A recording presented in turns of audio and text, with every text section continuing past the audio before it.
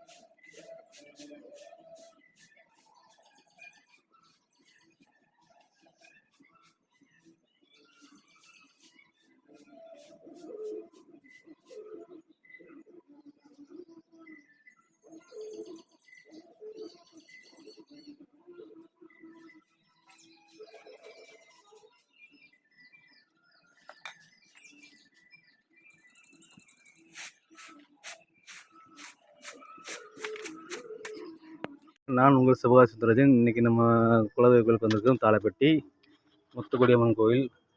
பார்த்தீங்கன்னா உள்ளே வரும்போது பார்த்திங்கன்னா ஒரே சுத்தம் இல்லாமல் இந்த மரத்தோட பூக்கள் வந்து கிடந்தது.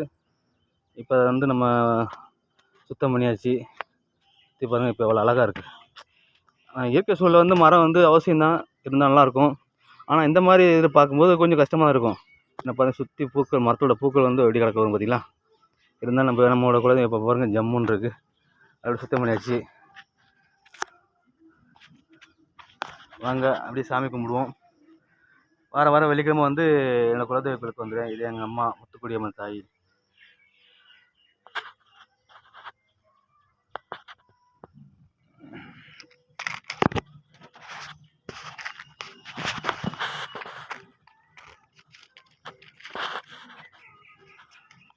பத்தி ஏற்றியாச்சு.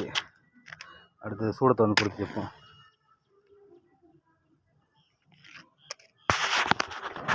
அம்மா தாய்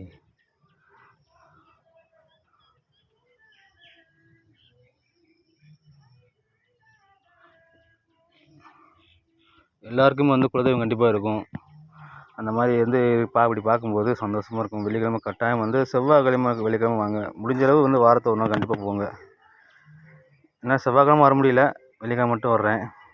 அது நீங்களும் வந்து உங்கள் குலதெய்வ கோயில் மாதிரி இருந்தால் சுத்தம் பண்ணி வைங்க. சாமி கும்பிடுவோம்.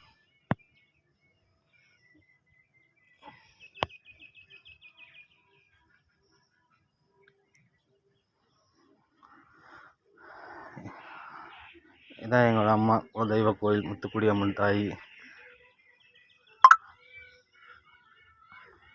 இதை வந்து நான் ஏன் உங்களுக்கு இந்த மாதிரி சுத்தம் பண்ண காட்டினேன்னா, வீடியோ காமிச்சேன்னா, நீங்களும் உங்கள் குலதெய்வம் வந்து இந்த மாதிரி இருந்தால் சுத்தம் பண்ணுங்கள். நம்மளோட வீடு மாதிரி தான். நம்ம எவ்வளோக்கு எவ்வளோ வந்து நம்ம தாயை வந்து குலதெய்வ தாயை வந்து சுத்தமாக வச்சுக்கிறோமோ அந்தளவுக்கு வந்து நம்மளோட லைஃப் நல்லாயிருக்கும். மற்றபடி ஒன்றும் இல்லை.